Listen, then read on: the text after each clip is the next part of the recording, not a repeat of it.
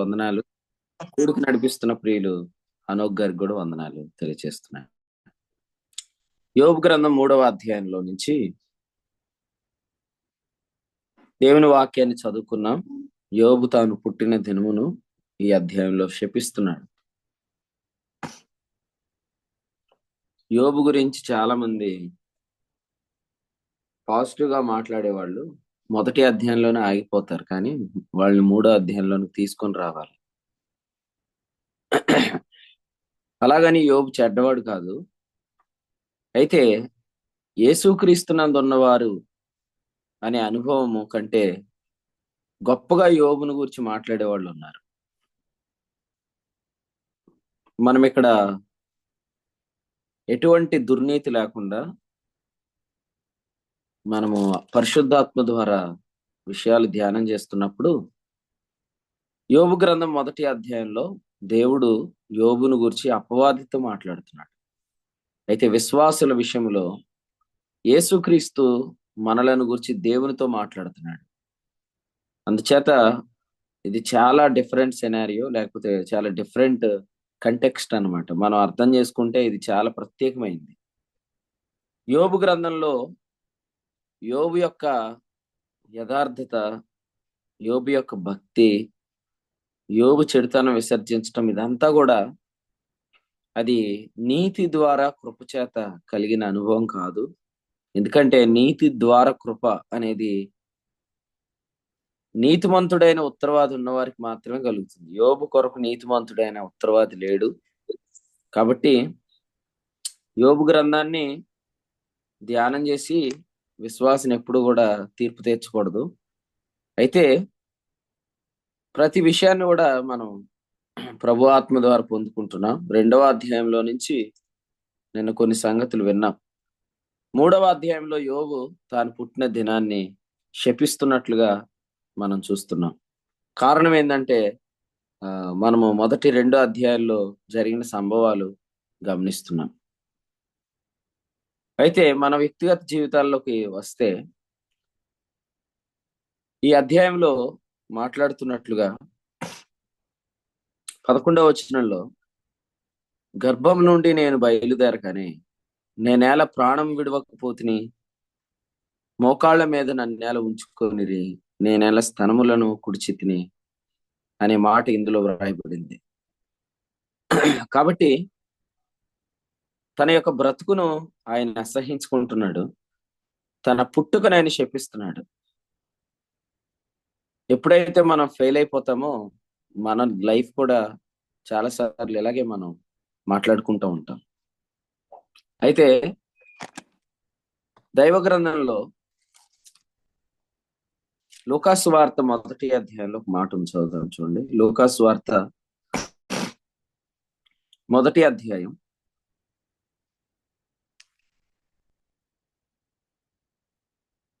17వ వచనం చూడండి. అతడు పుట్టినందున అనేకులు సంతోషింతురు అనే మాట చూస్తున్నాం ఇక్కడ. అతడు పుట్టినందున అనేకులు సంతోషింతురు. ఎందుకంటే ఇక్కడ వ్రాసాడు 16వ వచనంలో, పుట్టినది మొదలుకొని పరిశుద్ధాత్మతో నిండుకొనిన వాడై అనే మాట చూస్తున్నాం. పుట్టిన దినాన్ని శపించకుండా ఉండాలంటే, పుట్టినందున అనేకులు సంతోషించాలంటే మన దినములు పరిశుద్ధాత్మతో నడిపించబడే దినములై ఉండాలి. ఖచ్చితంగా దేవుడు ప్రతి మానవుణ్ణి కూడా ఒక ఉద్దేశపూర్వకంగానే పుట్టిస్తున్నాడు. ప్రతి మనిషిని పట్ల కూడా దేవునికి ఒక ప్రణాళిక ఉంది. అందుచేతనే హెబ్రీ పత్రిక 2వ అధ్యాయం 9లో ఒక వాక్యాన్ని మనం చూస్తాం. చూడండి, హెబ్రీ పత్రిక 2వ అధ్యాయం 9వ వచనం చూడండి. హెబ్రీ 2:9.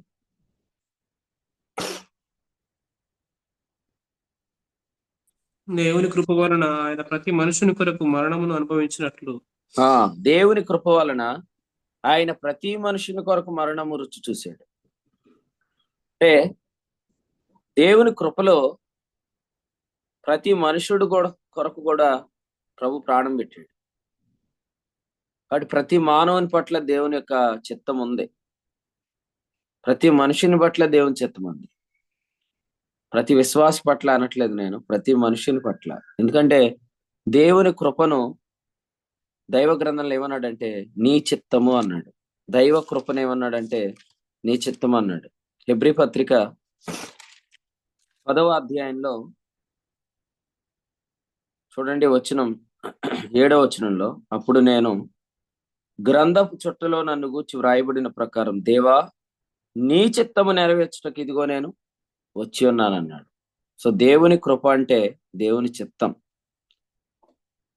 మరి ధర్మశాస్త్రం, బలులు, అర్పణలు అవి నీవు కోరలేదన్నాడు. ధర్మశాస్త్రం క్రింద ఎంతమంది ఉన్నారు? ధర్మశాస్త్రం క్రింద ఎంతమంది ప్రజలు వారు కవర్ అయ్యారంటే కేవలం ఇశ్రాయేలీయులు మాత్రమే. కానీ ప్రతి మనుషుని పట్ల దేవుని యొక్క కృప అనే చిత్తం ఉంది. యేసుక్రీస్తు ప్రతి మనుషుని కొరకు కూడా చనిపోయాడు. అంటే ప్రతి మనుషుని పట్ల దేవుని చిత్తం ఉందంటే ప్రతి మనుషుడు పుట్టడం దేవుని చిత్తమే. కానీ జీవ మార్గం కనుగొనకపోవటం ద్వారా, జీవ మార్గములు మనిషికి దొరకపోవటం ద్వారా మనిషి తాను పుట్టిందేనా అని శపించుకుంటాడు. అందుకనే జీవ మార్గంలో మనం నడవకపోయినా లేదా జీవ మార్గాన్ని మనం కనుగొనకపోయినా మనం కూడా నేను ఎందుకు బ్రతుకున్నాను, నేను చచ్చిపోయి ఉండాల్సిందే, అసలు నేను ఈ లోకంలోనికి వచ్చి ఉండకూడదు అనే మాటలు మన నోట వస్తాయి అన్నమాట. అందుచేతనే కీర్తనకారుడు ఇలా చెప్పాడు. చూద్దాం రండి. అపోస్తుల కార్యముల గ్రంథంలో దావీదు రాసిన కీర్తనను మరలా ఎత్తి పరిశుద్ధాత్ముడు ఇక్కడ రాశాడు. అపోస్తుల కార్యముల గ్రంథం 2వ అధ్యాయం 28 చదువుదాం. అపోస్తుల కార్యాలు 2:28. నాకు జీవ మార్గములు తెలిపితివి, నీ దర్శనం అనుగ్రహించి నన్ను ఉల్లాసముతో నింపెదవు. రైట్. ఇక్కడ చూడండి, నాకు జీవ మార్గములు తెలిపితివి అన్నాడు. జీవ మార్గములు, జీవ మార్గం కనుగొనాలి, జీవ మార్గాలు తెలుసుకోవాలి. ఇంకా మీలో కొంతమందికి జీవ మార్గం కనుగొనలేదని నేను అనుకుంటాను. కానీ మీరు ప్రార్థన చేసుకోండి, ప్రభువా జీవ మార్గమును నాకు తెలియపరచు. సుష్మా సిస్టర్ మీటింగ్ లో ఫస్ట్ ప్రేయర్ చేశారు. న్యూజిలాండ్ నుంచి సహోదరి జూమ్ లో జాయిన్ అయ్యారు. గత రాత్రి ప్రభు మాట్లాడిన ప్రతి తలంపుని వారు ఎత్తి పెట్టుకొని ప్రార్థన చేశారు. సో అది జీవ మార్గం కనుగొనటం అంటే అదే. అంటే జీవం మనకు దూరం కాకుండా ఉండటం, లైఫ్ ని మనం ఎక్స్పీరియన్స్ చేయటం. జీవ మార్గములు నాకు తెలిపితివి అన్నాడు. కీర్తనల గ్రంథంలో 16వ కీర్తనలో ఇక్కడ 11లో ఏమన్నాడంటే జీవ మార్గము అన్నాడు, అక్కడ జీవ మార్గములు అన్నాడు. జీవ మార్గానికి జీవ మార్గాలకి ఇక్కడ ఒక చిన్న తేడా ఉంది, చెప్తాను. జీవ మార్గం అంటే ఏంటంటే పరిశుద్ధ స్థలంలో ప్రవేశించే మార్గం. జీవ మార్గములు అంటే ఏంటంటే పరిశుద్ధ స్థలము నుండి బయలుదేరే మార్గం. పరిశుద్ధ స్థలంలోకి వెళ్ళేది ఒకే మార్గం. ఆ మార్గం అర్థం అవ్వాలి, దేవుని చిత్తం స్పష్టం అవ్వాలి, అక్కడి నుంచి ప్రతి విషయంలో దేవుని చిత్తం అర్థం అవ్వాలి. అప్పుడు మనం ప్రతి రోజున ఎంజాయ్ చేయగలుగుతాం. ఈ జన్మను, ఈ జీవితాన్ని బట్టి ప్రభు కృతజ్ఞతాస్తుతులు చెల్లించగలుగుతాం. హెబ్రీ పత్రిక 9:8లో మార్గము అనే మాట ఉంది, అది జీవ మార్గం. హెబ్రీలకు రాసిన పత్రికలో 3వ అధ్యాయంలో మార్గములు అనే మాట ఉంది, అవి జీవ మార్గములు. హెబ్రీ పత్రిక 3:10. చూడండి, మార్గాలు కనపడిన వాళ్ళు ఎలా ఉంటారంటే వాళ్ళు విసిగిపోతారు, మనుషులను విసిగించేస్తా ఉంటారు. ఇక్కడ అదే చెప్పాడు 10వ వచనం. వాళ్ళు శోధించబడతారు, ప్రజలను అందరినీ శోధిస్తూ ఉంటారు. వారి మాటలు కోపం పుట్టిస్తాయి. ఎందుకంటే మార్గం కనుగొనని వారు, మార్గాలలో నడవని వారు ఎలా ఉంటారో హెబ్రీ పత్రికలో మనం చూస్తున్నాం. అందుచేత జీవ మార్గమును అందరూ కనుగొనాలని ప్రార్థన చేయండి. వాక్యం బాగుంది, దేవునికి స్తోత్రం. వాక్యం బాగోవటం కాదు విషయం, నీకు జీవ మార్గము దొరకాలి. ప్రభు అయిన యేసుక్రీస్తు ద్వారా దేవుని సముఖములోనికి, పరిశుద్ధ స్థలములోనికి ప్రవేశించే మార్గం వెల్లడైంది. ఇంతకుముందు అది మూయబడి ఉన్నది. అంతకుముందు అందులోనికి వెళ్లే మార్గం బయలుపరచబడలేదు. హెబ్రీయులకు రాసిన పత్రికలో 10వ అధ్యాయంలో 19 నుంచి మీరు చదివితే దీనిని నూతనమైన మార్గం అన్నాడు. ఎందుకంటే ఇది అంతకుముందు ఇది బయలుపరచబడలేదు. పాత నిబంధన బలులు ఉన్నంత కాలం కూడా ఈ మార్గం బయలుపరచబడలేదు. అలాగే నీ జీవితంలో కూడా ఇంకా పాత పిండి ఉన్నంత కాలం క్రొత్త మార్గం బయలుపరచబడదు. పాత పిండి, పాత నిబంధన బోధ, పాపిని అనే మనస్సాక్షి, పాపములు తీసివేయబడలేదేమోననే భయం నీలో ఉన్నంతకాలం ఈ క్రొత్త మార్గం నీకు కనపడదు. ఈ క్రొత్త మార్గం కనబడినంతకాలం కూడా ప్రతి విషయంలో దేవుని చిత్తం అర్థం కాదు. అప్పుడు మనం పుట్టిన దినాన్ని శపించుకుంటాం. మన జన్మను, మన జీవితాన్ని మనం శపించుకుంటాం. మీరు ఎలా కూడా ఆలోచించేయండి. అసలు యోబు పిండముగా ఉన్నప్పుడే నేను చనిపోతే బాగుండు, నేను వెలుగును చూడకపోతే బాగుండు, ఆ దినం అసలు లేకపోతేనే బాగుండు అని అంటున్నాడు. కానీ జీవ మార్గం కనుగొనేవాడు ఏమనుకుంటాడంటే, పిండముగా ఉన్నప్పుడు ఆయన కన్నులు నన్ను చూశాయి, అందుకే నేను బ్రతుకున్నాను అనుకుంటాడు. లేదంటే ఈ జీవితం వచ్చేది కాదు, ఈ జీవితం జీవించడానికి ఒక అవకాశం వచ్చేది కాదు అనుకుంటాడు. కాబట్టి పుట్టిన దినాన్ని శపించుకునేవారేమో జీవ మార్గమును కనుగొనని వారు, పుట్టిన దినాన్ని బట్టి ప్రభువును స్తుతించేవారు జీవ మార్గాన్ని కనుగొనేవారు. జీవ మార్గం అనేది చాలా మందికి అర్థమైంది. అయితే జీవ మార్గములు అనేవి ఆ మార్గం మూలంగా మనం తెలుసుకుంటాం. దాన్ని అర్థం అవటానికి ఎలా కూడా చెప్తాను చూడండి. కొలసీలకు రాసిన పత్రిక 1వ అధ్యాయం 6వ వచనం చదువుదాం. కొలసీలకు రాసిన పత్రిక 1వ అధ్యాయం 6వ వచనం.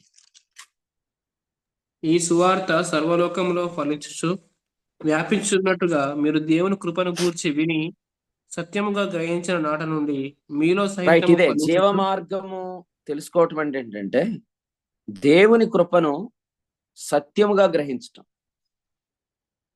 ప్రతి ఒక్కరి జీవితంలో కూడా రక్షించబడిన రోజు ఉంటుంది, బాప్తిస్మం పొంది సంఘంలో చేర్చబడిన రోజు ఉంటుంది, అలాగే కృపను సత్యంగా గ్రహించిన ఒక రోజు ఉంటుంది. అది అందరికీ అవకాశం ఉంటుంది, కానీ అందరూ దాన్ని సద్వినియోగం చేసుకోరు. చాలా మంది దగ్గరికి ఈ వాక్యం వెళ్తుంది, కానీ వాళ్ళు అన్ని వాక్యాల్లో ఇది ఒక వాక్యంగానే అనుకుంటారు. ఇప్పుడు లోకంలో చూడండి, అందరి దేవుళ్ళలో యేసుప్రభు కూడా ఒక దేవుడు అనుకున్నట్టు ఇది కూడా అన్ని వాక్యాల్లో ఒక వాక్యమే అనుకుంటారు అంతే. కానీ వాస్తవంగా ఎఫెఫ్రా ద్వారా 6వ వచనంలో చెప్పాడు, దేవుని కృపను సత్యముగా గ్రహించుట, ఇదే జీవ మార్గమును తెలుసుకునుట. తద్వారా ఏం జరుగుతుందంటే, తీతు రాసిన పత్రిక 2వ అధ్యాయం, తీతు పత్రిక 2వ అధ్యాయం 11 నుండి మనం పరిశీలిస్తే, ఏ కృప అయితే మనం గ్రహిస్తామో ఆ కృప మనం ఎలా బ్రతకాలో బోధిస్తుంది. ఇది జీవ మార్గములు. కృపను గ్రహించడం జీవ మార్గం అయితే, ఆ కృప మనకు బోధించటం జీవ మార్గములు. జీవ మార్గములు కనుగొనాలి, జీవ మార్గములు కనుగొనాలి. వే కనిపించకపోతే విసుకొచ్చేస్తుంది, విసిగించేస్తాం. మనతో ఉన్న వాళ్ళందరికీ విసుగు పుట్టించేస్తాం. వేస్ కనిపించకపోతే మనం అందరినీ శపించుకుంటా ఉంటాం. ఇప్పుడు చూడండి, నాగిని సిస్టర్ ఉంది, ఆమెకు ఒక్కదానికే ప్రార్థన వినపడుతుంది, మిగిలిన వాళ్ళకి వినపడట్లేదు. మొదటి ప్రార్థన, రెండో ప్రార్థన కూడా అంతే, ఆమెకు మొత్తం వినపడింది, కొంతమందికి వినపడలేదు. నాకు కూడా వినపడింది.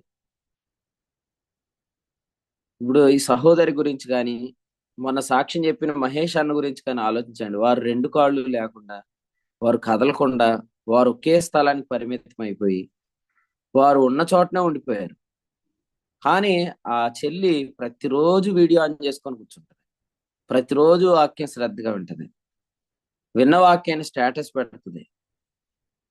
కొంతమంది తమ బ్రతుకుని గురించి చెప్పించుకుంటా బ్రతుకుతున్నారు. ఎందుకు వచ్చిన బ్రతుకు, నా జీవితంలో ఏమీ లేదు అనుకుంటారు. కానీ జీవ మార్గం కనుగొంటే మన జన్మను బట్టి, మనకు జన్మనిచ్చిన తల్లిదండ్రులను బట్టి, లేకపోతే మన జీవితంలో ఉన్న తల్లిదండ్రులను బట్టి, ఈ జీవితంలో ఉపయోగపడుతున్న ప్రతి వ్యక్తిని బట్టి ఎప్పుడు కృతజ్ఞత చెల్లించుకుంటానే బ్రతుకుతాం.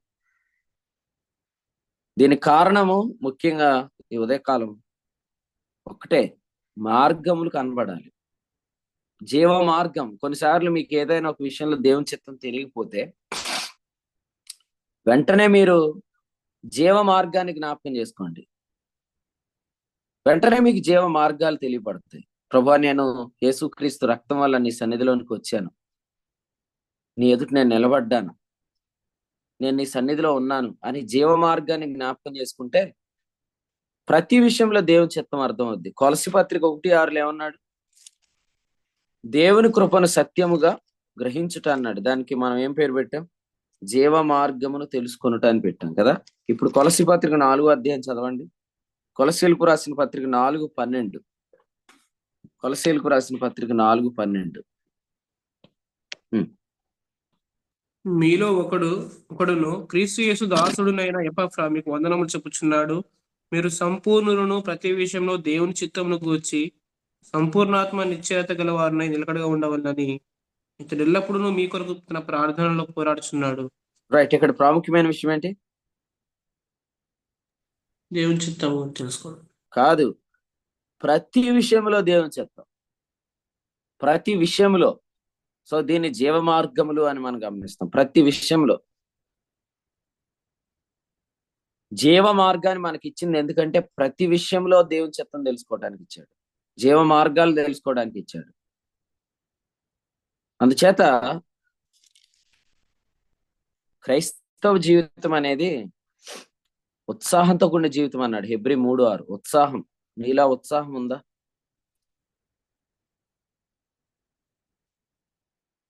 ఆ ఉత్సాహం ఎలా కలిగిద్ది అన్నాడు? నిరీక్షణ వలని ఉత్సాహం అన్నాడు. నిరీక్షణ అంటే కొందరు ఏమనుకుంటున్నారంటే యేసుప్రభు వచ్చేస్తే మనం ఆయన దగ్గరికి వెళ్ళిపోదాం, అదే నిరీక్షణ అనుకుంటున్నారు. కానీ కొలసి పత్రిక 1:3 ఏం చెప్పాడు చదవండి. కొలసీలకు రాసిన పత్రిక 1వ అధ్యాయం 3వ వచనం. పరలోకమందు మీ కొరకు ఉంచబడిన నిరీక్షణను బట్టి. ఎస్, దీన్ని ఏమన్నాడంటే పరలోకమందు ఉంచబడిన నిరీక్షణ. పరలోకము నుండి నిరీక్షణ కాదు, అది తెస్సలోనిక పత్రికలో ఉన్న నిరీక్షణ.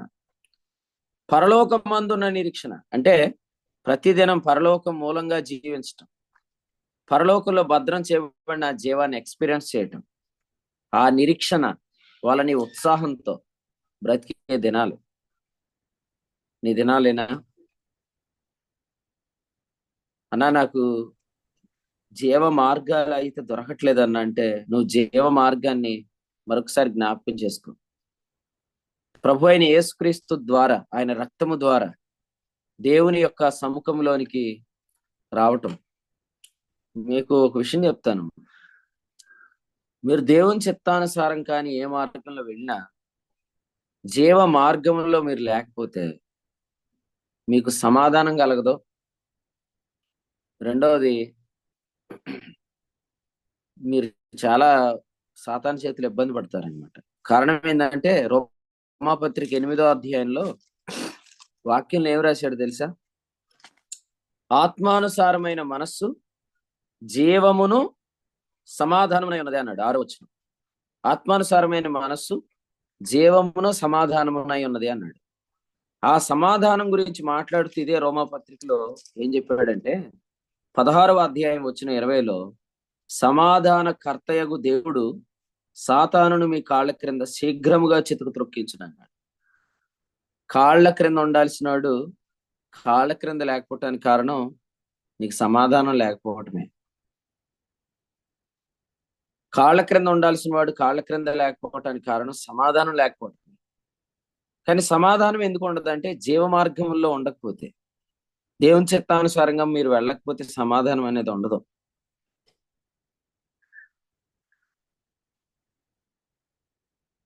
సో మీరు మరొకసారి చదవండి రోమాపత్రిక 8వ అధ్యాయం 5వ వచనం, రోమపత్రిక 16వ అధ్యాయం 20వ వచనం. ప్రశాంత్ చదువురా.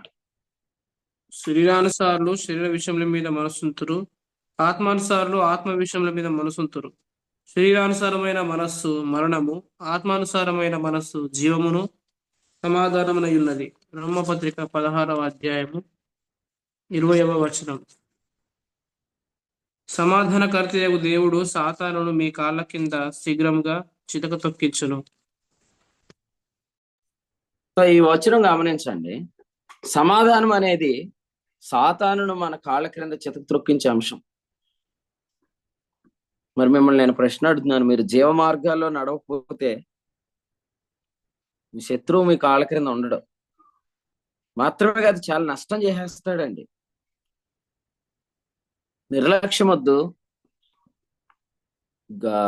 గ్రాంటెడ్ గా అనుకోద్దు, ఈ మినిస్ట్రీలో ఉన్నా నేను అందరితో కలిసి వెళ్ళిపోతున్నాను అనుకోద్దు.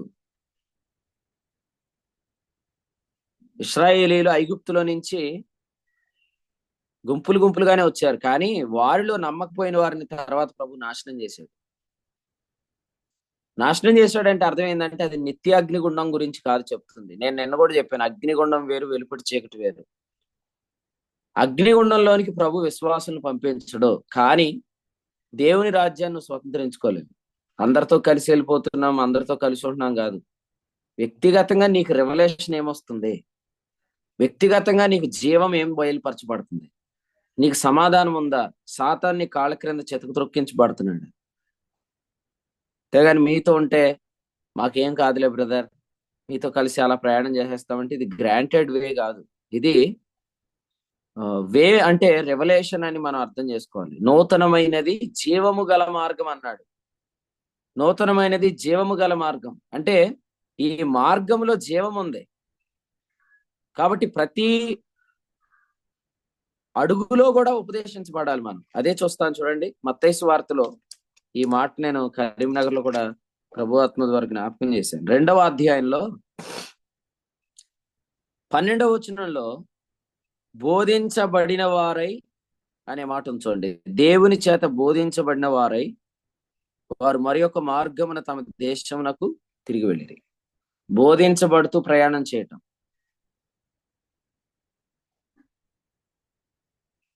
అందరితో కలిసే ఉన్నారు, కానీ కాలేబు యెహోషువలతో అద్దరికి చేరలేకపోయారు. కారణం ఏంటంటే వారు విసుగు పుట్టించారన్నాడు, వారు కోపం పుట్టించారన్నాడు. ఆ తరము వారు నా మార్గములను తెలుసుకోలేదు అన్నాడు. మొన్నటి వరకు రాజమండ్రి శ్రీని గారు అనేవాడు అనమాట, ఏమనంటే హనోక్ గారు ఎక్కడుంటే అక్కడ ఉంటాను నేను, కాబట్టి ఎప్పటికీ నాకేం అవదా అనుకుంటున్నాడు ఆయన. కానీ ప్రభు మాట్లాడుతున్నాడు. ఆయన కూడా మొదట్లో వచ్చినప్పుడు ఒంటరిగా వచ్చాడు, కానీ ఈరోజు ప్రభు తన భార్యను ఈ పరిచర్లోకి ఆకర్షించుకొని తనకంటే ఎక్కువైన రెవల్యూషన్ ఆ బిడ్డకి ఇచ్చి ఇప్పుడు తనే తన భర్త కొరకు ప్రార్థన చేయమని ప్రతి ఆదివారం నా దగ్గర తీసుకొని వస్తుంది. అంటే ఆమె రాజమండ్రి ఈ జాన్ వెస్లీ గారి దగ్గర చర్చికి వెళ్ళేదన్నమాట, ఈ బైబిల్ వండర్స్ జాన్ వెస్లీ గారి దగ్గర. కానీ వారు అక్కడి నుంచి ప్రతి ఆదివారం జగన్నాథపురం ఆరాధనకు వస్తున్నారు. ఇప్పుడు తన భర్త కొరకు తను ప్రార్థన చేయమని కోరుతుంది. మనం చూడండి, మనుషులను పట్టుకొని వీళ్ళతో వెళ్ళిపోతాం, మనం కలిసి ప్రయాణం చేసేస్తామని అనుకోవద్దు. నువ్వు మాతో ఉన్నంత కాలం నీ దగ్గర కూడా వర్తమానం ఉండాలి, నీకు కూడా జీవ మార్గం తెలియబడాలి, నీవు కూడా వ్యక్తిగతంగా ప్రత్యక్షత కలిగి ప్రయాణం చేయాలి. కారణం ఏంటంటే ఈ కాలేబు యెహోషువ మోషేతో బయలుదేరిన వారు నిర్గమకాండం 15లో పాట పాడేరు లేదు. యెహోవాను గానము చేసేదము, ఆయనే నా బలము, ఆయనే నా గానం అని వీళ్ళందరూ పాటలు పాడిన వాళ్ళే. పాటలు పాడిన వాళ్ళే ఏం చేశారు? పాటలు పాడిన వాళ్ళే విసిగిపోయారు, పాటలు పాడిన వాళ్ళే కోపం పుట్టించారు, పాటలు పాడిన వాళ్ళే శోధించారు. దానికి గల ఏకైక కారణం ఏంటంటే వారు నా మార్గములను తెలుసుకోలేదు అన్నాడు. నేను ప్రశ్న అడుగుతున్నాను, యోబుకు జీవ మార్గం కనుగొనబడిందా? యోబు కాలంలో పరలోకంలోనికి ప్రవేశించే మార్గం బయలుపరచబడిందా? లేదండి. జీవ మార్గం తెలియబడకుండా జీవ మార్గములు తెలియబడవు. కానీ మనం ధన్యులం, యేసుక్రీస్తు ద్వారా జీవ మార్గం, పరిశుద్ధాత్మ ద్వారా జీవ మార్గములు. యేసుక్రీస్తు ద్వారా జీవ మార్గం, పరిశుద్ధాత్మ ద్వారా జీవ మార్గములు మనకు తెలియబడుతున్నాయి. దేవుని కుమారుడు అప్పటికి ఇంకా రివీల్ అవ్వలేదు కాబట్టి జీవ మార్గం తెలియదు. యేసుక్రీస్తు ద్వారా అనుగ్రహించబడే ఆత్మ అందుకు చేత ఇవ్వబడలేదు, అందుకని జీవ మార్గములు తెలియబడవు. కాబట్టి యోబు గురించి బాగా మాట్లాడే వాళ్ళందరూ తెలుసుకోండి, రేపొద్దుడు యోబు మిమ్మల్ని వదలడం క్రీస్తు న్యాయపీఠం దగ్గర. యోబు అంటాడు, మీకు మార్గం బయలుపరచక కూడా మీరు నాలాగా పుట్టిందే నన్ను శపించుకుంటూ బ్రతికారు. మీరు అవసరమైతే మీరు ఆ పాట మరలా మీరు రాసుకోండి. నేను యోసేపు గురించి, మోషే గురించి, జకరియా, ఎలిజబెత్ గురించి మాత్రమే రాశాను, కానీ మీరు యోబు గురించి కూడా రాసుకోండి. మార్గము బయలుపరచబడనప్పుడు యోబు తన పుట్టిన దినాన్ని శపించినట్లుగా యేసుక్రీస్తు ద్వారా దేవుని సముఖంలోనికి ప్రవేశించే మార్గం బయలుపరచబడిన తర్వాత కూడా ప్రతి విషయంలో దేవుని చిత్తం తెలుసుకోకపోవటం వల్ల విసిగిపోయి శోధించబడి శోధిస్తూ కోపం పుట్టిస్తూ దేవుని మార్గాలు తెలుసుకోలేని వారిగా ఉంటే రేపొద్దుట మరి శాబాదేశ్ ప్రాణి అక్కడే ఉంటది, యోబు అక్కడే ఉంటాడు, దావీదు అక్కడే ఉంటాడు, దానియేలు అక్కడే ఉంటాడు, ప్రవక్తలు అక్కడే ఉంటారు. వారందరి సమక్షంలో మనకు ప్రశ్నలు ఉంటాయి. అందుచేత మరొకసారి ఎఫెసీలకు రాసిన పత్రికలో నుంచి ఒక వాక్యాన్ని మనం జ్ఞాపకం చేసుకుంది. ఎఫెసీ పత్రిక 3:12 చూడండి. ఎఫెసీ పత్రిక 3:12. ఎఫెసీలకు రాసిన పత్రిక 3:12. ఆయన అందరి విశ్వాసము చేత ధైర్యమును నిర్భయమైన ప్రవేశమును ఆయనను బట్టి మనకు కలిగి ఉన్నవి. రైట్. మరి దాన్ని మనం ఏం చేయాలి? ఉపయోగించుకోవాలా. కిటికీని మనం ఉపయోగించుకోవాలా, తలుపును మనం ఉపయోగించుకోవాలా. ఆయనను బట్టి, ఆయన యందలి విశ్వాసం చేత ధైర్యమును నిర్భయమైన ప్రవేశం ఆయనను బట్టి మనకు కలిగి ఉన్నవి అన్నాడు. నెక్స్ట్ మనల్ని ఏం చేయమన్నాడు? సమయోచితమైన సహాయం కొరకు మీరు లోపలికి రండి అన్నాడు. ఎస్తేరుకి అయితే రాజదండం చూపిస్తే గాని లోపలికి రావటానికి లేదు. మనకి ప్రభు అయిన యేసుక్రీస్తు రక్తం ఎప్పుడు అక్కడే ఉంది. హెబ్రీ 12:24. అది హేబేలు కంటే మరి శ్రేష్టంగా పలుకు ప్రోక్షణ రక్తం. చూడండి, కొంతమంది బాగానే ఉంటారు కొంతకాలానికి మన ముఖం ఎలా చూస్తారు? వెరైటీగా చూస్తూ ఉంటారు అనమాట. అప్పుడు మనకు అర్థమైపోయింది ఎవడో మన గురించి మొత్తం బ్యాడ్ చెప్పేసాడు, మొత్తం వీళ్ళ మనసు మారిపోయింది, ముఖం మారిపోయింది అనుకుంటాం. మరి దేవుడు ఎల్లప్పుడూ ప్రభు అయిన యేసుక్రీస్తు మన పక్షంగా హేబేలు కంటే మరి శ్రేష్టంగా పలుకు ప్రోక్షణ రక్తం. హేబేలు అయితే కయ్యను నరహంతకుడు అని చెప్తున్నాడు. మరి ప్రభు అయిన యేసుక్రీస్తు అయితే రోమా 5:9 ఈ రక్తం వల్ల ఇతడు నీతిమంతుడు అని చెప్తున్నాడు. మరి ఇంత ధైర్యమైన నిర్భయమైన ప్రవేశం దొరికినప్పుడు హెబ్రీ 4:16 వ్రాసినట్లుగా సమయోచితమైన సహాయం పొందకపోతే ఎలాగు? ప్రతి విషయంలో దేవుని చిత్తం తెలుసుకోకపోతే ఎలాగు? జీవ మార్గంలో తెలుసుకోకపోతే ఎలాగు?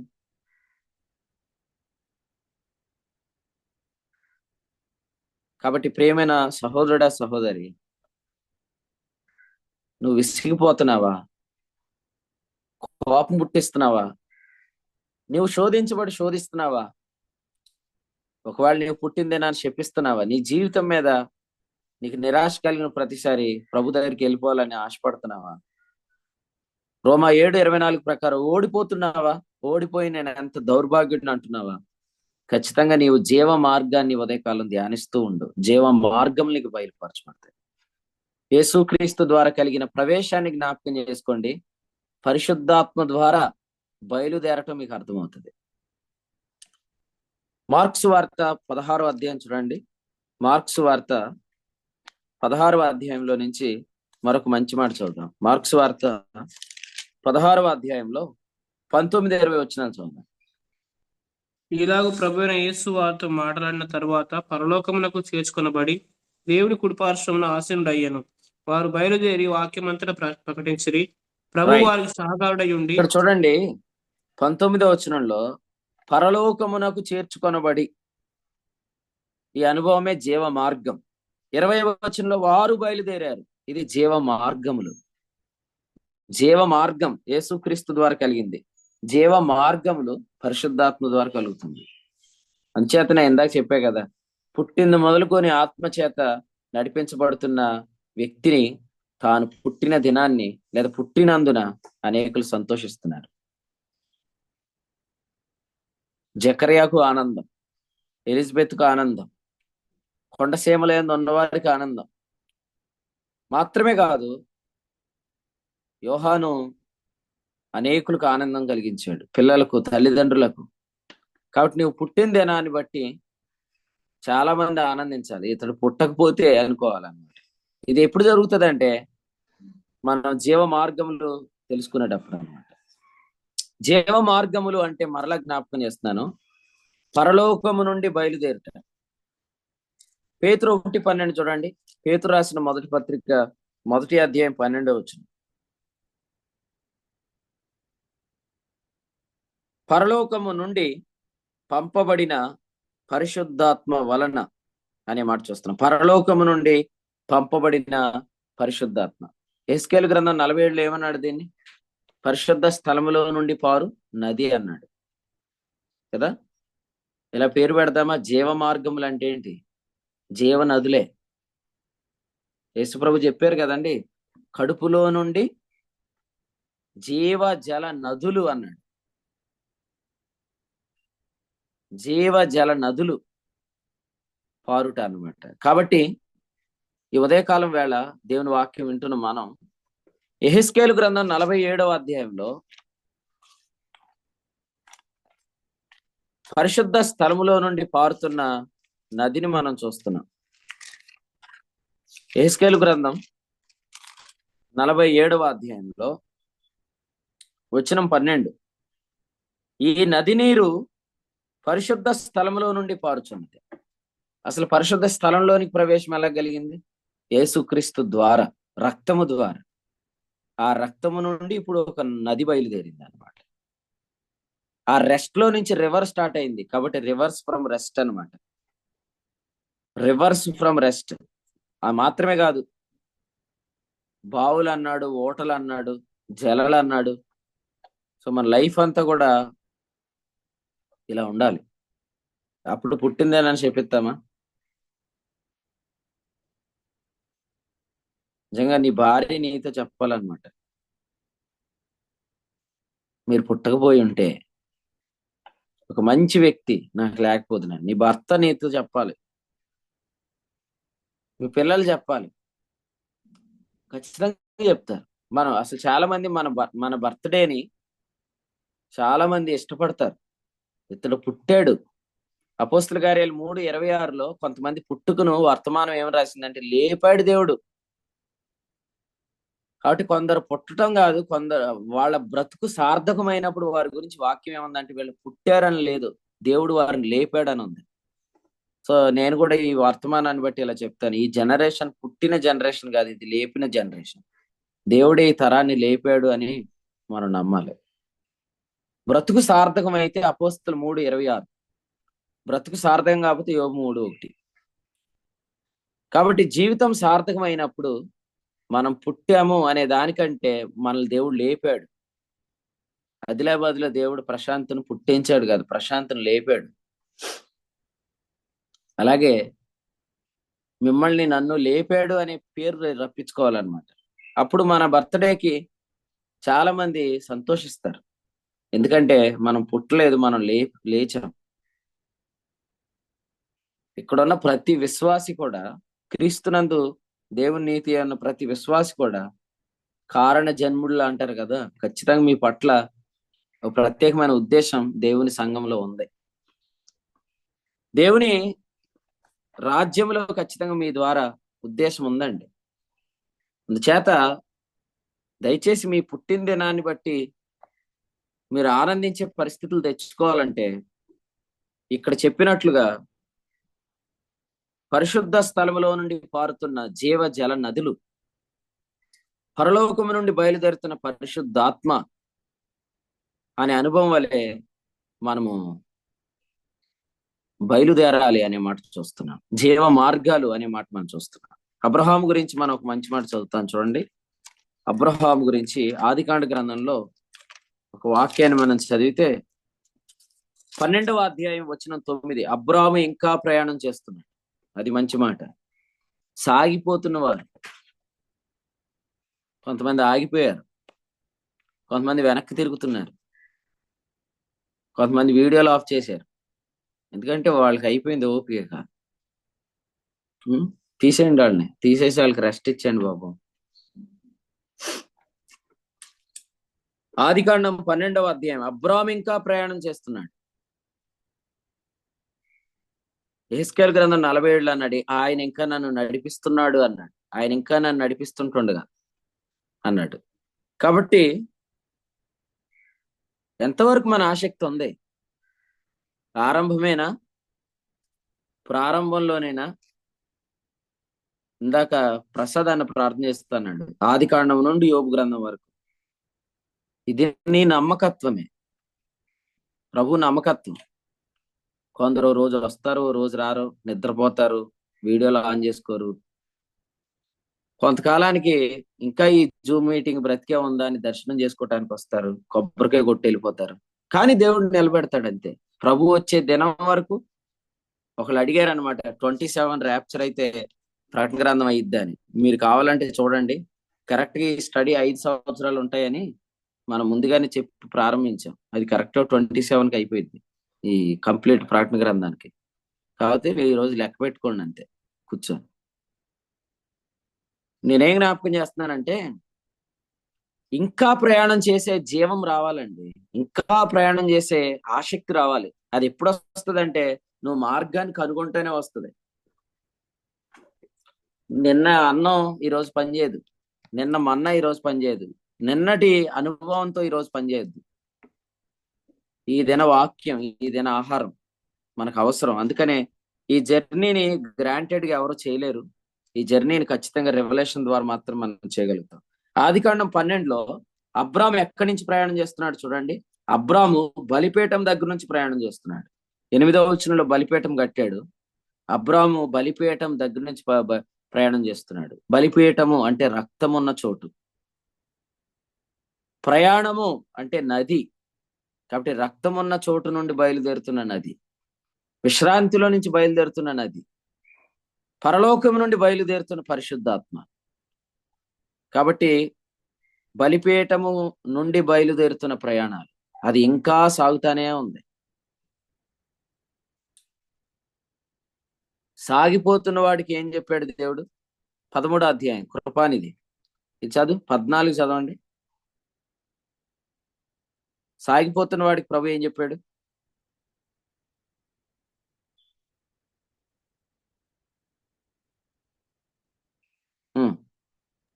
చదవాలి. కృపనే చదువుతాడు. చిన్నగా దగ్గరికి వస్తుంది అనమాట. ఓడ అమరానికి వెళ్తుంది, యోన లాగేశాను పైకి, పై ఆ 3వ అంతస్తులో కూర్చోబెట్టి. ఇప్పుడు చదువు. లోతు అబ్రాహామును విడిచిపోయిన తర్వాత యెహోవా, ఇదిగో నీ కన్నులెత్తి నీ ఉన్న చోట నుండి ఉత్తరపు తట్టు, దక్షిణపు తట్టు, తూర్పు తట్టు, పడమర తట్టును చూడుము. రైట్. ఫస్ట్ తట్టు ఏది?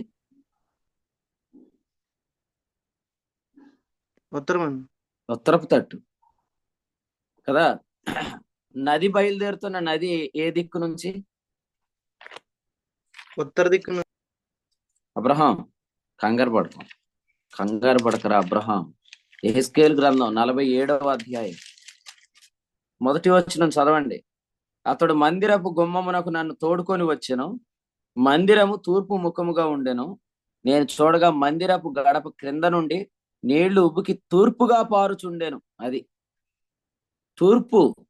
తూర్పు అనే మాట మనం చూస్తున్నాం. నది బయలుదేరింది ఎక్కడి నుంచి? తూర్పు. అయితే ఆ నది ద్వారా జరుగుతున్న పని ఎటువైపు? ఉత్తరం కదా. కరుణాపీఠం మీద కూడా రక్తం ఉంచుతాం కదా. ఆ కరుణాపీఠంలో ఏ పక్కన రక్తం ఉంచుతాం?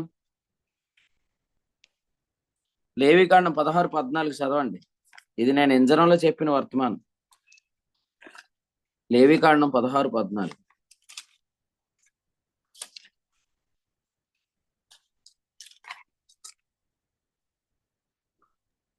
అప్పుడు అతడు ఆ కోడి రక్తంలో కొంచెం తీసుకొని తూర్పు ప్రక్కన కరుణాపీఠం మీద తన వ్రేలితో కాబట్టి నది ఎక్కడి నుంచి బయలుదేరుతుందంటే ఆ రక్తం ఉన్న చోటు, తూర్పు దిక్కు నుండి. సో మన మినిస్ట్రీ ఫస్ట్ జరిగింది ఎక్కడంటే తూర్పు దిక్కునే. యానం అంటే తూర్పు అన్నమాట. అక్కడి నుంచి ఇప్పుడు మన ప్రయాణం ఉత్తర దిక్కుకు వెళ్ళింది, నెక్స్ట్ ఆదిలాబాద్కి వెళ్ళింది. అలాగూ ఉత్తర దిక్కుకు వెళ్ళాలి. శత్రువు ఎక్కడున్నాడు? దానుపాళ్యం ఎక్కడుంది చెప్పండి? కట్లపాము ఎక్కడుంది? సర్పం ఎక్కడుంది? ఉత్తరపు దిక్కే. యెహెజ్కేలు గ్రంథం 1వ అధ్యాయం చదవండి. తుఫాన్ ఎక్కడి నుంచి వస్తుంది? ఉత్తర దిక్కే. కాబట్టి మినిస్ట్రీ జరగాల్సింది ఎక్కడంటే ఉత్తర దిక్కున. నది ఎక్కడి నుంచి బయలుదేరుతుందంటే తూర్పు దిక్కు నుండి. కాబట్టి నది యొక్క ఉద్దేశం ఏంటంటే, జీవ మార్గముల యొక్క ఉద్దేశం ఏంటంటే, మనము ఉత్తర దిక్కు నుండి వస్తున్న తుఫాన్ని ఎదుర్కోవాలి, ఉత్తర దిక్కు నుండి వస్తున్న శత్రువుని ఎదుర్కోవాలి. అందుచేత ప్రయాణం చేస్తే జీవ మార్గాలు కనుగొంటే పని కూడా దొరుకుతుంది.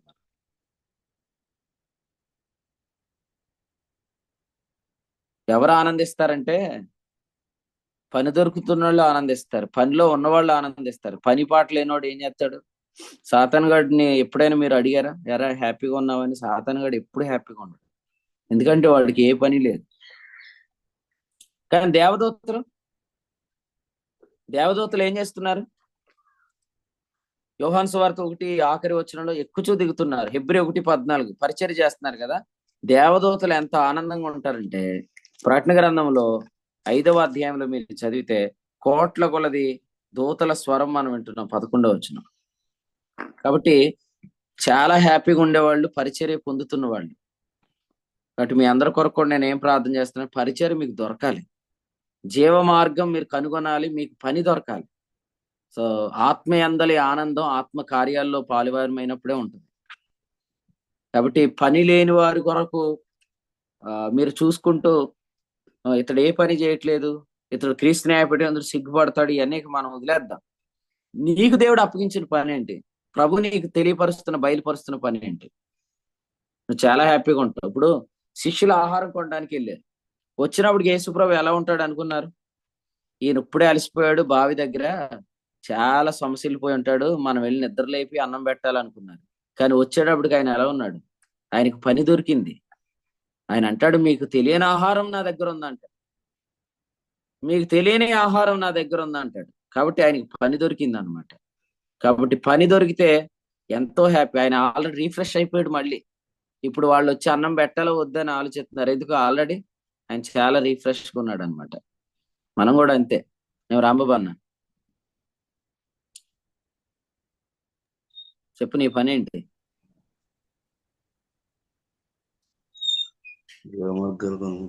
జీవమార్గం అనుకుంటావా?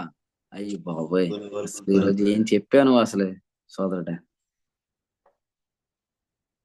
తీసుకెళ్ళి హైదరాబాద్ లో పడేయండి, పని చేస్తాడు అక్కడ. సతీష్ అన్న దగ్గరుండి సతీష్ అన్నతో పాటు తిరుగు, పరిచర్లో ఉండు. ఏం రాజేష్, నువ్వు ప్రార్థన చేస్తున్నావు, ఆయన ఏమో తలట్టుకున్నాడు. వీళ్ళిద్దరు పక్క పక్కనే ఉంటారు. ఒక ఇంటికి ఇంకో ఇంటికి ఒకటే పాళ్యం, వాళ్ళు తూర్పు పాళ్యంలో ఉంటారు వీళ్ళిద్దరు. వీళ్ళిద్దరిని దానిపాళ్యంలో పడేయండి తీసుకెళ్ళి, అప్పుడు వీళ్ళిద్దరు అక్కడ పని చేస్తారు అనమాట. కాబట్టి ప్రార్థన చేయండి. మనం హ్యాపీగా ఉండాలంటే జీవ మార్గాన్ని కనుగొంటే ఖచ్చితంగా మన పని మనకు దొరుకుతుంది. ఇప్పుడు ఈ మనుషులు కూడా కాలువలు పట్టుకొని నీళ్లు పట్టుకొని వాళ్ళు మొదలయ్యారనమాట. ఎక్కడ బ్రతకాలంటే నీళ్ల దగ్గర దిగుతూ ఉండేవారు అనమాట. సింధు నాగరికత అంటాం కదా మనం. అంటే మనుషులు తమ బ్రతుకు విధానాన్ని నీళ్ల దగ్గర గడుపుతూ అక్కడ పని కనుగొన్నారు. మనం కూడా ఏంటంటే నీళ్ల దగ్గరికి వస్తే మన పని దొరుకుతుంది. మనకు మంచి ఆలోచనలు కలుగుతాయి, ఏ పని చేయాలో అర్థమవుతుంది. పని లేదనుకోండి, ఇప్పుడు నేను ఒక విషయం చెప్తాను. పని ఉండటం అంటే మీరు చేసే పనులు మీ పనులు కాదు, వాస్తవం. మీ పని ఏంటి? ఇప్పుడు ఇశ్రాయేల్ అని అన్నాడు. ఇశ్రాయేల్ అని పని ఏంటి? ఇశ్రాయేల్ అన్న పని ఆయన సొంత పని కాదు. ఇశ్రాయేల్ అన్న పని పట్ల, దేవుని పట్ల ఆయన చిత్తం ఒకటి ఉంది. ఆ పని ఆయన పని. ఆ పని దొరికితే ఆయన హ్యాపీగా ఉంటాడు. అలాగే జాన్ అని ఉన్నాడు. తబలా ఆయన పని కాదు, ఆయన పట్ల దేవునికి ఒక చిత్తం ఉంది, అదే ఆయన పని. తబలాలు ఏంటంటే కాలువ దగ్గర కాలక్షేపం కోసం కొట్టుకుంటున్నాడు అంతే. కానీ వాస్తవంగా ఆయనకి కాలువ దగ్గర ఒక మంచి పని ఉంది. జానకిరామ్ ఉన్నాడు, కాలువ దగ్గర ఎడిటింగ్లు చేసుకుంటున్నాడు, అదే ఆయన పని కాదు. ఆయన పట్ల దేవునికి ఒక ఉన్నతమైన పని ఉంది. అంటే ఇవన్నీ దేవుని పనులు వాడబడుతున్నాయి, కానీ పర్టికులర్ గా వారి పట్ల దేవునికి ఒక పని ఉంది. ఆ పని నువ్వు కనుగొనాలి. పని ఎక్కడ కనుగొంటాం? ఖచ్చితంగా బావి దగ్గరే, నీళ్ల దగ్గరే, ఊట దగ్గరే. కాబట్టి మీరందరూ కూడా ఓటల్లోనికి రండి, బావుల్లోనికి రండి, జీవ మార్గాల్లోనికి రండి, మీ పని కనుగొనండి, మీ పనిలో మీరు ఉండండి, చాలా హ్యాపీగా ఉంటారు. ఇప్పుడు చెప్పండి, యోబుని ఆదరించడానికి వచ్చిన ముగ్గురు ఎవరండి? వీళ్ళు పని పాట లేని వాళ్ళు వీళ్ళు. వీళ్ళు ఇంత దూరం రావాలా, ఫోన్ చేసి ఆదరించవచ్చు కదా, ఆ రోజుల్లో ఫోన్ లేదు కదంటే ఆ రోజుల్లో లేదు, మరి ఈ రోజుల్లో ఉన్నా కూడా వచ్చేస్తున్నారు వీళ్ళు. ఈ జోఫర్, ఈ బెల్దద్, ఈ ఎలీఫజ్ వచ్చి కూర్చొని వీళ్ళ పని ఏంటంటే యోబు మీద నేరారోపణ చేయటం అన్నమాట. కాబట్టి పని పాట లేని దుష్టులు అని చెప్పాడు అనమాట. తెస్సలోనికైలకు రాసిన తెస్సలోనికైలకు సంఘానికి గూర్చి రాసిన అపోస్తల కార్యాల గ్రంథంలో మీరు ఆ విషయాలు కనుగొంటారు. పని పాటులు లేని దుష్టులు కొందరు వచ్చి మరి విశ్వసించే వారిని వారు దేవుని పని వారు పాడు చేస్తున్నారు. కాబట్టి మనం పుట్టిన దినాన్ని చెప్పించకూడదు, మన బ్రతుకుని చెప్పించకూడదంటే మీరు ఖచ్చితంగా మీ పట్ల దేవుని చిత్తాన్ని కనుగొనండి, దేవుని పనిని కనుగొనండి. ఆ బావి దగ్గరికి మరలా యేసు ప్రభు వచ్చినప్పటికి శిష్యులు వచ్చినప్పటికి వారు యేసు ప్రభుని చూసినప్పుడు ఆయన ఇప్పుడు అంటున్నాడు, ఆ మీకు తెలియని ఆహారం నా దగ్గర ఉంది అని చెప్తున్నాడు. సో మిమ్మల్ని కూడా ప్రభు అలాగే కోరుకుంటున్నాడు. కాబట్టి మీ పట్ల కూడా దేవుని పని మీకు అర్థమగును గాక. రాత్రి మా అమ్మ అంటుంది సుజాతక్క గురించి. సుజాతక్కలో చాలా మార్పు కనపడుతుంది. తను ఎప్పుడు చాలా చక్కగా ఎక్కడ పరిచయం జరిగితే అక్కడ ఉంటుందిరా అంటుంది. నేను ఇలా చెప్తాను, దేవుని సేవకులు రాజేష్ అన్నకి ఒక నమ్మకమైన జతపని కోవర్కర్ గా ప్రభు తను లేపాడని నేను ఏమాత్రం సందేహించట్లేదు. దీని అంతటి గల కారణం ఏంటంటే జీవ మార్గాలు కనుగొనటమే. జీవ మార్గం కనుగొనకపోతే ఏం జరుగుతుందంటే మనం పుట్టిన దినాన్ని చెప్పించుకోవాల్సిన పరిస్థితులు వస్తాయి. కాబట్టి దయానందరావు అన్న, అలాగే మా కాలేబ్ అన్న, ఈ సీనియర్ సిటిజన్లు అందరూ కూడా మీరు దేవుని పనిలో ఉండాలని మీ కొరకు మేము బహుగా ప్రార్థన చేస్తున్నాం. అసలు 2025 2024లో మీకు అడ్డంగా ఉండే ప్రతి ఒక్కరిని ప్రభు పరలోకం లాగేశాడు. మరి మీకు అర్థమగును గాక. ఆయన ఎందుకు తీసేసుకున్నాడు అంటే కొంతమంది వీళ్ళు ఉంటే భానుశ్రాన్ని వాళ్ళ నాన్నగారు ఎందుకు వెళ్ళిపోయాడు కరీంనగర్ మీటింగ్స్ ముందు.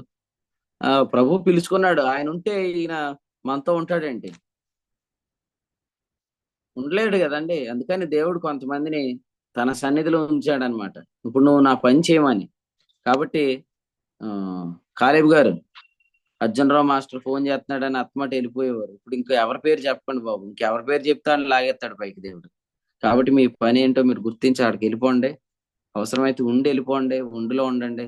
పైన రూమ్ వేశారు, ఆ రూమ్ లో ఉండి కొంతకాలం అక్కడ సంఘాన్ని బలపరిచి అలా పని చేయండి. తర్వాత మళ్ళీ వచ్చేయండి, మళ్ళీ ఇంకో చోటకి వెళ్ళండి, తామస్ని తీసుకొని చిక్కాలు వెళ్ళండి, పని చేయండి. కాబట్టి పరిచయం చేయండి. ఎందుకంటే నాకు డౌట్ కొడుతుంది అనమాట, నెక్స్ట్ నీ పేరు ఉందేమో పరలోకంలో అని. అందరి పేర్లు చదివేస్తున్నాడు, ఎవరికాళ్ళు వెళ్ళిపోతున్నారు పైకి. కాబట్టి నీ పేరు అక్కడ ఉండకూడదని నేను ప్రార్థన చేస్తున్నాను. కాబట్టి నీ పనిలో నువ్వు ఉండాలని నీకు తెలియపరుస్తున్నాను అనమాట. కాబట్టి ఉదయకాలం జీవ మార్గాలు కనుగొనండి, దేవుని పని కనుగొనండి, మీరు చాలా హ్యాపీగా ఉంటారు. ప్రభు అందరినీ కూడా అటువంటి సంతోషంలో ఉంచును గాక. మీరు పుట్టిన దినం చాలా ప్రత్యేకమైంది, అది క్యాలెండర్ లో ఉండును గాక. ఆ దినాన్ని చాలా మంది ఇల్లు కట్టుకుందరు గాక. చాలా మందికి ఆ దినాన్న మంచి కార్యాలు జరుగును గాక. ఎందుకంటే యోబు కోరుకుంటున్నాడు ఆ దినం అసలు క్యాలెండర్ లోనే ఉండకూడదు, కానీ మీ దినం ఖచ్చితంగా క్యాలెండర్ లో ఉండాలి. ఎందుకంటే మీరు పుట్టినందున అనేకులు సంతోషిస్తున్నారు, మీరు పుట్టినందున అనేక కుటుంబాలు బాగుపడుతున్నాయి. కాబట్టి క్రేతీయులు సోమరులకు తిండిపోతులు వారి గురించి చెప్పాడు, వారి కుటుంబాలు నాశనం చేస్తున్నారు. కానీ మన కుటుంబాలు నిలబెడితే మన దినం ఎంత గొప్ప దినం. దేవుడు అట్టి కృప మీ అందరి విషయంలో జరిగించాలని ఉదయకాలం ఈ వర్తమానం విన్న వారి అందరి జీవితాల్లో మీ పుట్టిన దినం ప్రతిష్ఠించబడిన దినంగా ఉండునుగాక, ప్రత్యేకించబడిన దినంగా ఉండునుగాక. జీవ మార్గాలు కనుగొనండి, మీ పని మీకు కనబడును గాక. ప్రభు తలంపులు మన కొరకై దీవించును గాక. ఆమేన్. యోబు గ్రంథం 3వ అధ్యాయం నుంచి ఈ యొక్క అధ్యాయంలో మరి ఆయన సాతాను వశం చేయబడిన తర్వాత ఆయన జీవితంలో ఏర్పడిన పరిస్థితులను బట్టి నేను పుట్టక ఉంటేనే బాగుండు అని ఆయన జన్మదినాన్ని గురించి చెప్పించినటువంటి సంగతుల గురించి జ్ఞాపకం చేస్తూ యోబు గారు ఉన్నప్పుడు సమయంలో మరి దేవుని కృప అప్పటికి ప్రత్యక్షం అవ్వలేదు, దేవుని చిత్తం ఇంకా అప్పటికి ప్రత్యక్షం కాలేదు. ప్రతి మనుషుని కొరకు యేసుక్రీస్తు ప్రభు వారు మరణం అనుభవించలేదు. కాబట్టి అప్పటికి ఇంకా జీవ మార్గం బయలుపరచబడలేదు. కాబట్టి మనకైతే జీవ మార్గం బయలుపరచబడింది. ఆ జీవ మార్గంలో యేసుక్రీస్తు ప్రభునందు విశ్వాసం ఉంచడం ద్వారా మనం ప్రవేశిస్తున్నాం. ప్రవేశించినటువంటి మనం కృపను సత్యంగా గ్రహించిన నాటి నుండి, అనగా ఎప్పుడైతే మనం కృపను సత్యంగా గ్రహిస్తామో అప్పుడు పరిశుద్ధాత్మ ద్వారా నిర్వహించబడుతున్నప్పుడు మార్గాలు అనేవి బయలుపరచబడతాయి. కాబట్టి ఎవరైతే కృపను సత్యంగా గ్రహించుతారో వారు పట్ల, ప్రతి మనిషి పట్ల దేవుని ఒక ఉద్దేశ ప్రకారమే ప్రతి మనిషిని ఈ లోకంలో జన్మింపజేశాడు. ఆ జీవ మార్గాలు బయలుపరచబడుతున్నప్పుడు మన పట్ల ఉన్నటువంటి దేవుని యొక్క ఉద్దేశం బయలుపరచబడి, ఎందు నిమిత్తమైతే దేవుడు మనల్ని ఈ భూమి సృష్టించాడో ఆ యొక్క చిత్తం నెరవేర్చడానికి ప్రతి మనిషి ఆ మార్గాలు బయలుపరచబడుతూ దేవుని యొక్క ఉద్దేశ ప్రకారం నడిపించబడతాడని ఆత్మ ద్వారా నిర్వహించబడుతున్నప్పుడు, అప్పుడు జన్మించినటువంటి ఉద్దేశం ఏంటో, దేవుడు మన పట్ల కలిగి ఉన్న ఉద్దేశం ఏంటో, మన జన్మదినం సార్థకం అవుతుందని ప్రభు యొక్క ఈ యొక్క వర్తమానం ద్వారా మనందరితో మాట్లాడారు. అందును బట్టి ప్రభువును స్తుతిస్తూ శ్రేష్టమైన వర్తమానం అందించిన సేవకులకు కూడా కూడిక పక్షం వందనాలు తెలియజేస్తున్నాం. రేపు ఎల్లుండి ఎర్రపోతవరంలో జరిగే కడవరి వారి ఉద్యోగ సభల కొరకు ప్రార్థన చేయండి. వీలు కలిగిన వారు పాలు పంపులు పొందండి. ఈరోజు సాయంత్రం 4:30 జరిగే బైబిల్ స్టడీలో కూడా ప్రార్థన చేయండి. సాయంత్రం 5:30 జరిగే బైబిల్ స్టడీ కొరకు వీలు కలిగిన వారు పాలు పంపులు పొందండి. ఈ సమయంలో మరి నిలిచి ఉన్న ప్రియులందరూ కూడా, వాక్యం ప్రియులందరూ కూడా వందనాలు తెలియజేస్తున్నాను. ఎవరైనా ఈ వాక్యం ద్వారా ప్రేరేపించబడి ప్రార్థన చేయాలని ఆసక్తి కలిగిన వారు ప్రార్థన చేసినట్లయితే ఈ కూడిక ముగింపు చేసుకుందాం. చెయ్యమ్మా. వందనాలమ్మా. అందరికి వందనాలండి. ప్రార్థన చేసుకుని కొడుకును గమనించుకుందాం.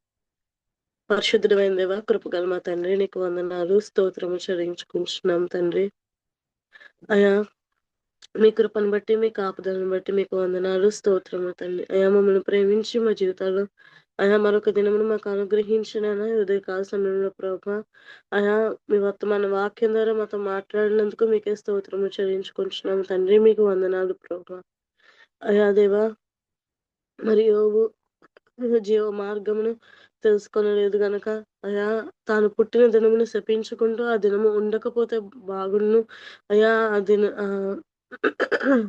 ఆ దినము ఉండకపోతే బాగుండని తండ్రి యోబు తన పుట్టిన దినాన్ని శపించుకుంటూ ఉండగా ప్రభా, అయా ప్రతి మనుష్యుడు కొరకు నాయన ప్రభు మరణము రుచి చూడడము అయా మీ యొక్క చిత్తమని, మీ యొక్క కృపయని ప్రభ మీరు మాకు తెలియపరిచిన విధానమును బట్టి మీకు స్తోత్రములు.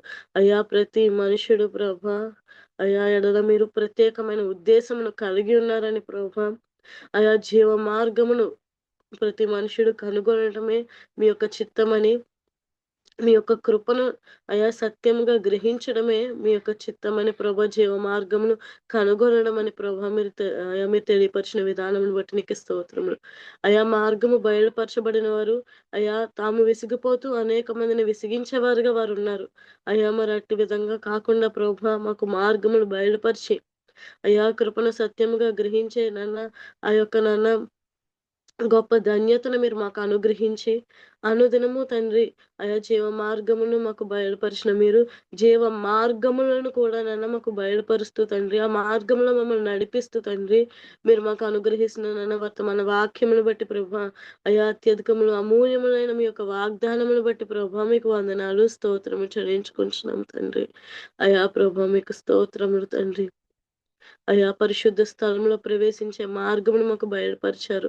అయా మరి అంత మాత్రమే కాదు, పరిశుద్ధ స్థలం నుండి పారుచున్న నదులు ప్రభా, అయా ఆ యొక్క పరిశుద్ధాత్మ చేత నిర్వహించబడే అనుభవం ప్రభా, అయా ఆత్మ కార్యాల్లో పాలు భాగస్థులమై ఆత్మయందు ఆనందమును ప్రభా, అయా మీరు మాకు అనుగ్రహిస్తున్నారు, మీరు మాకు నేర్పిస్తున్నారు. అందుని బట్టి మీకు స్తోత్రము చెల్లించుకుంటున్నాం తండ్రి.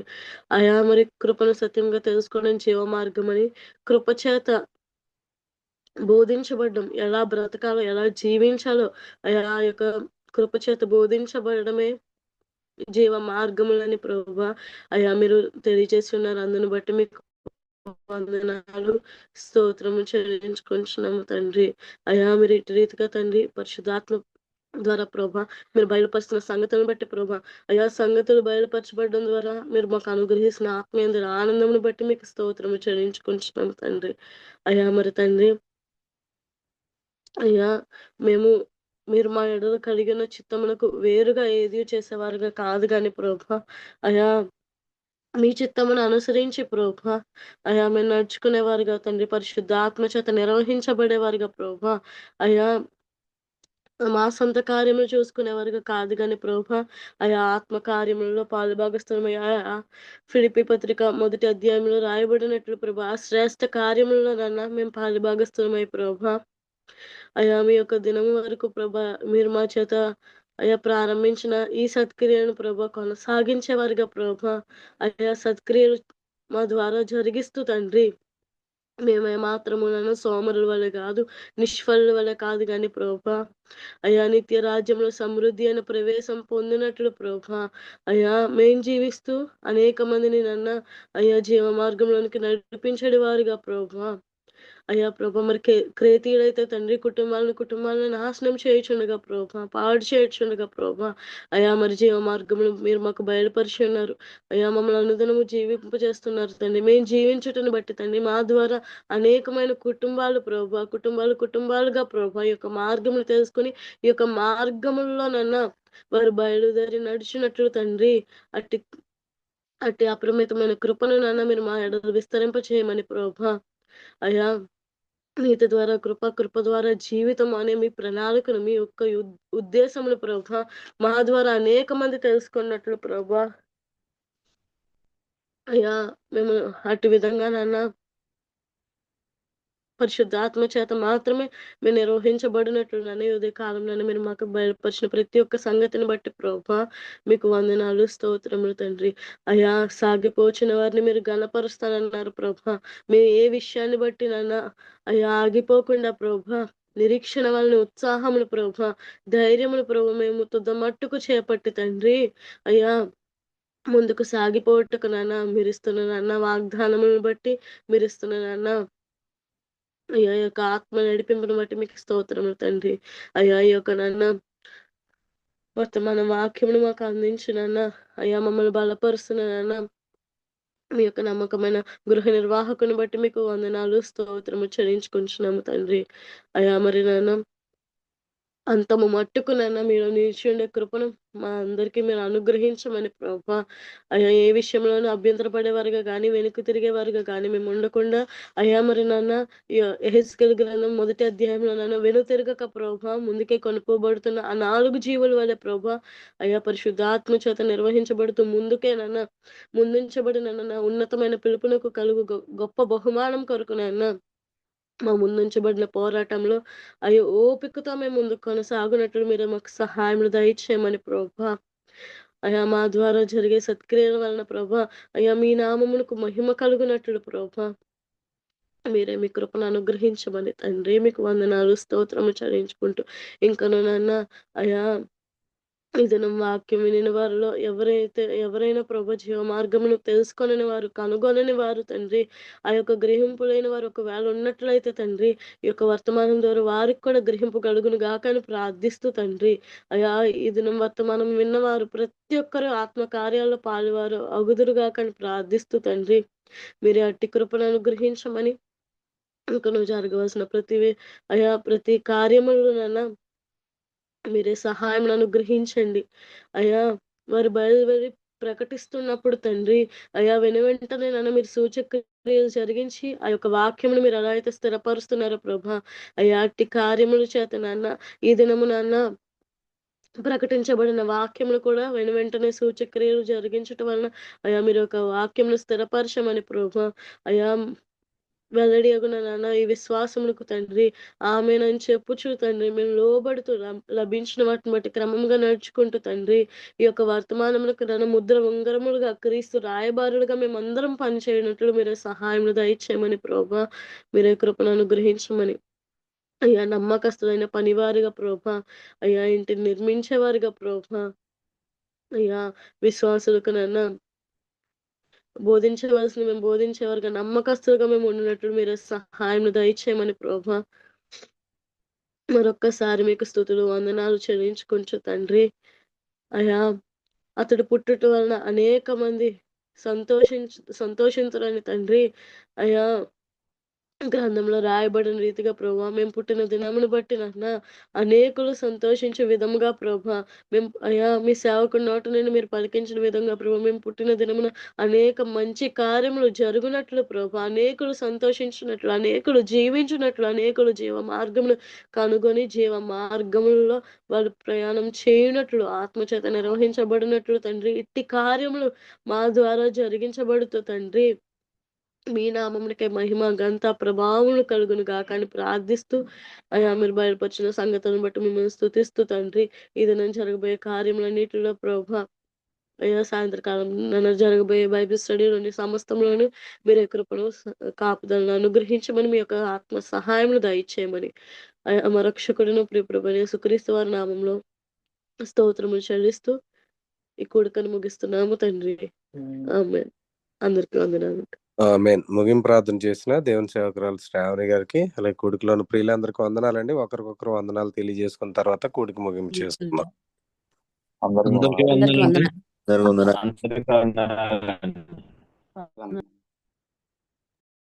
అందరికీ వందనాలు. అందరికీ వందనాలు. అందరికీ వందనాలు. అందరికీ వందనాలు. అందరికీ వందనాలు.